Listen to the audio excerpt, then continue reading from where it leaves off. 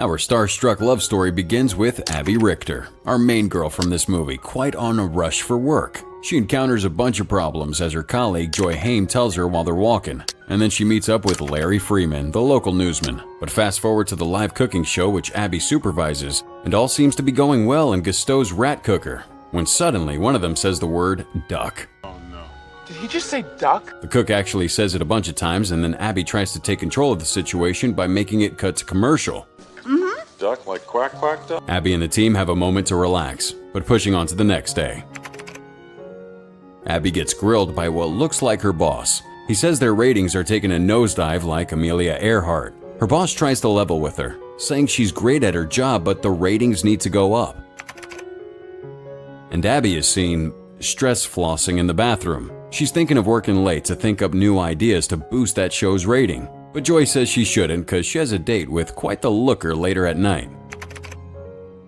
And Abby has been pestered enough by Joy to make her attend her date. She meets up with a guy who's very fond of The Great Gatsby. Then Abby tries to woo him with some tap water and bottled water facts. Great icebreaker for a date, Abby. Except he doesn't buy it and gets a scotch instead. Abby then creepily pulls out the printed background check that Joy made for her, and it turns out into quite the awkward situation. Abby forgot it was a date and instead a Harvard entrance exam. At the end of the night, Abby sadly doesn't score and takes the walk of shame home. At least she's greeted by her adorable little cat. This is the same cat that would intertwine their fates, as it accidentally changes the channel to the show called The Ugly Truth, where this guy's roasting physically and metaphorically some self-help dating books. The host says to his viewers that men are simple.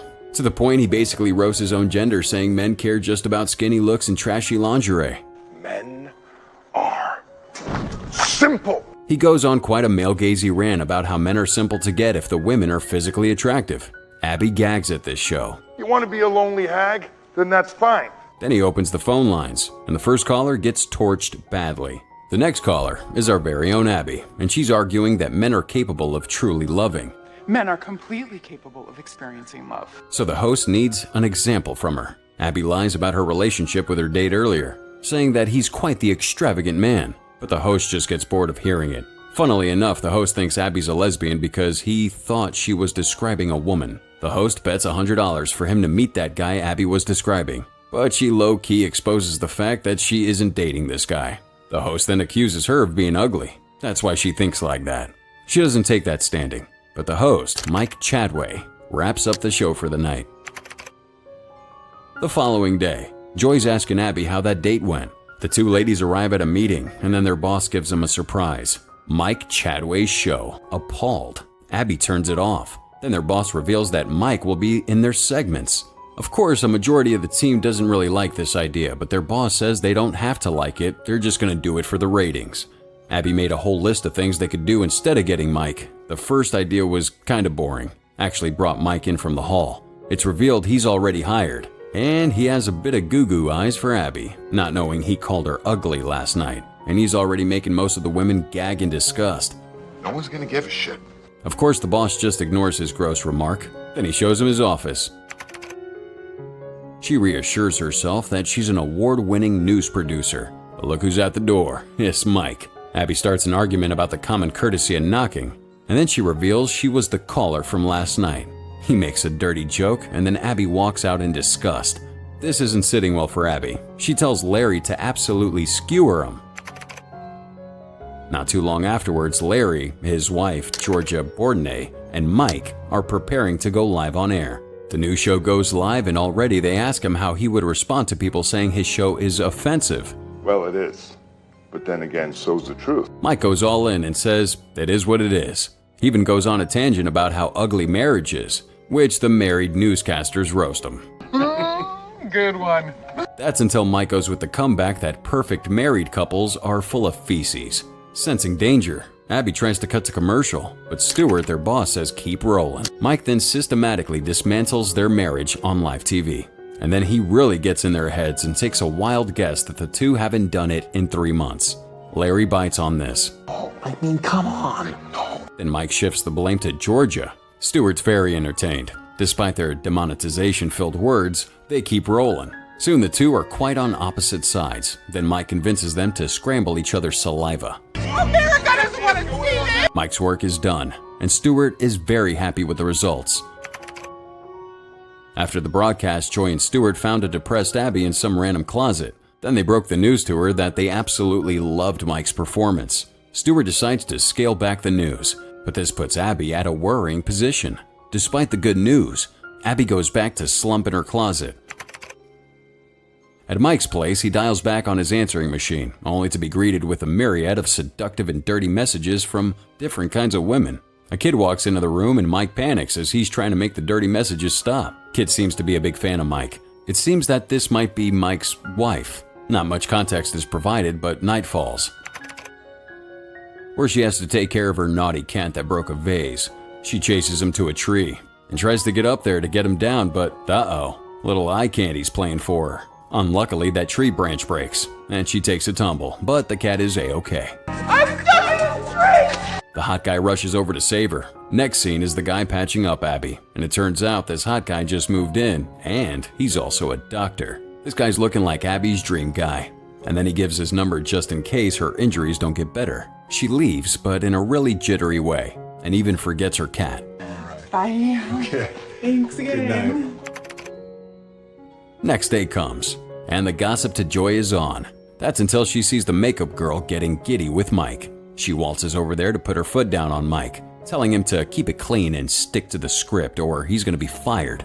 He thinks the opposite though, so moving on. The show goes live, and the show leads with the Ugly Truth segment. Mike talks about the classical romantic date and then moves on outside. The cameraman follows him to two babes fighting in a pool of jello. Sit down! I guess Abby surrendered because she's asking to go all in by making Mike lick the jello off one of their fingers. And it's back to the news segment.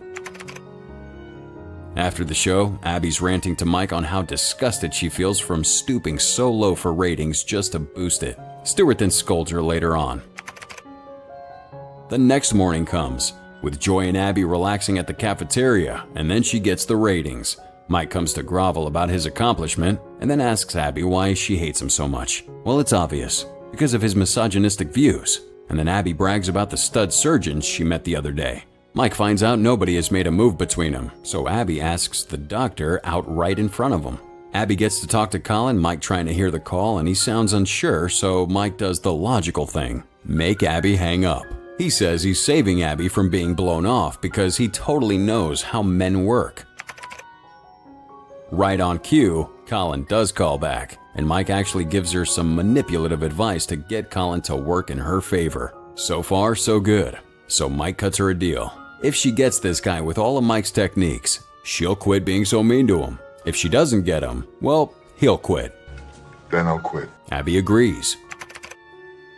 So they go to a cafe and Mike spills the beans on his vast knowledge of men. Despite their rocky start, they're actually beginning to have a good time. I tell you, the stuff that Mike is saying in a montage will totally set Twitter on fire. After all that preparation, Abby looks smoking. Mike has to give out one more lesson on flirting, then bamboozles. Lesson over, even though it never began. So Abby has to face Colin now. A small talk elapses between the two, but Abby gets nervous, so she slams the door and asks Dr. Love for more advice. Mike tells her to make him suffer, but Colin suddenly invites Abby to a baseball game, so score.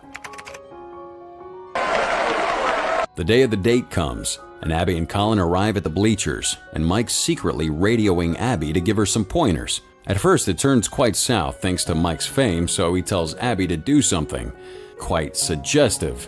She fails, but does something 10 times worse. Trust me, it turns into quite the scene.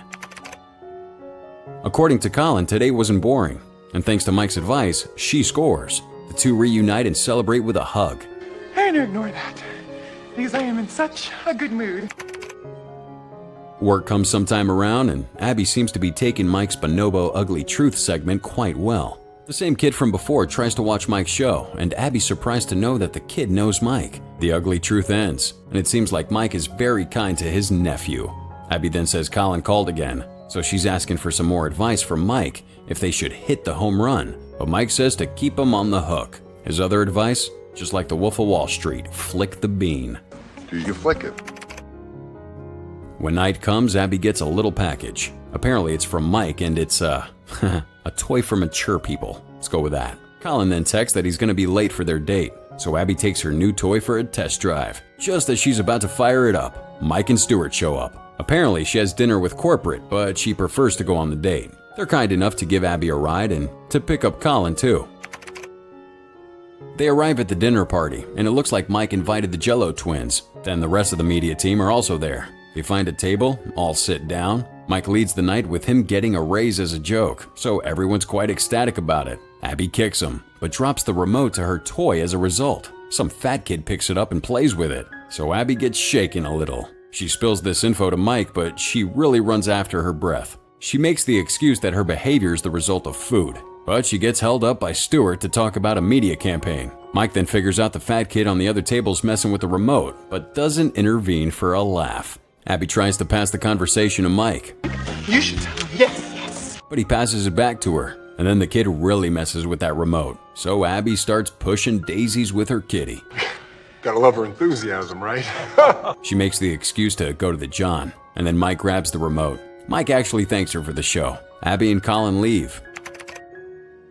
Let's skip to a beautiful day, where Abby and Colin go on a romantic wilderness getaway, and it looks like they're having a good time. Soon, Abby introduces Colin to Joy, and the two women just fawn over him. Abby and Colin's relationship is actually going really well.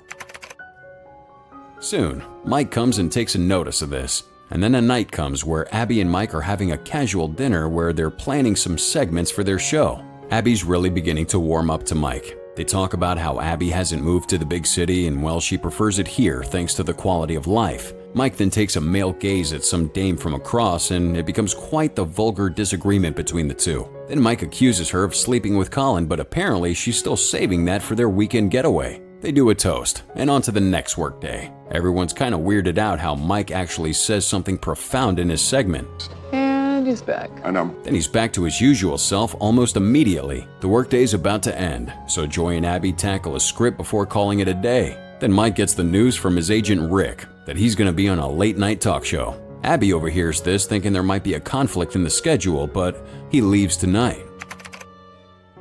Later on, Stuart talks to Abby about Mike getting a job offer in disguise of that late-night show from earlier. Stuart wants Abby to stop him, despite her wanting a getaway weekend with Colin. The two meet at a hotel, then they both go into a limo. Abby wants to talk about the job offer, but they get a little sidetracked about Colin's hot dog. Then they rehearse what Mike's going to say on the show, but it devolves into an argument that Abby wouldn't have gotten Colin if it wasn't for Mike.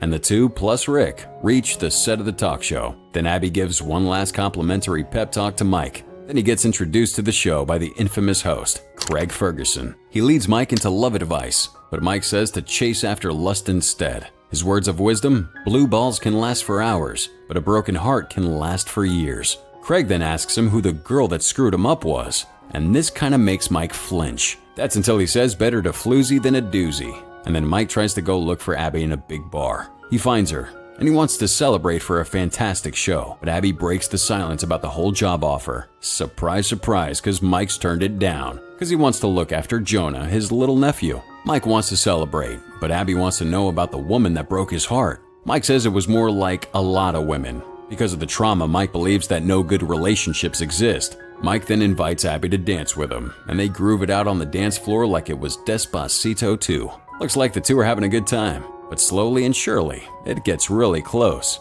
That's when Abby hits the brakes on this train, and they arrive at an elevator. Mike arrives on his floor, and all of it just breaks loose. They cut it off immediately, but she says she wants to do it again.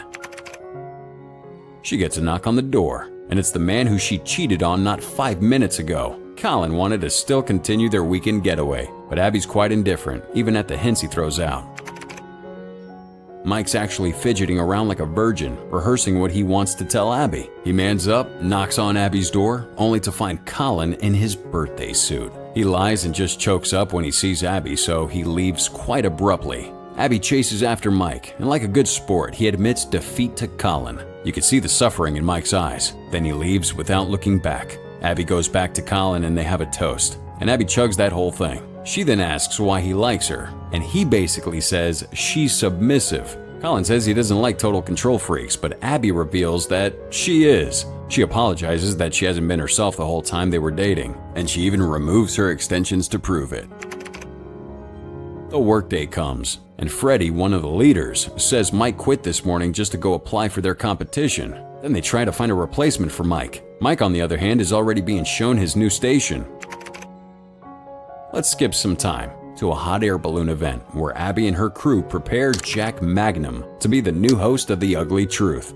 Spoiler alert, doesn't go so well, and ironically, Mike's crew is in the same venue. Mike's enjoying Jack crash and burn. Then Abby has to interrupt Jack, only for her to take over. She then rants about Mike quitting the show, so Mike goes after. Stewart is trying to calm his superiors down with the mess. I am all over this. And then Mike comes back to steal her thunder. He then rants about women on live TV. He talks about their little elevator tryst. Soon the hot air balloon lifts off, and Mike has no choice but to stay with Abby. The cameras are rolling, but they don't know it, and Abby spills that she and Colin broke up. This catches Mike's attention, and he inadvertently confesses. Especially when I'm in love with a psycho like you. Cue lip lock, cause that's it for The Ugly Truth. So what'd y'all think about this vulgar enlightenment of a movie? Let us know in those comments below with the hashtag CinemaRecap. This was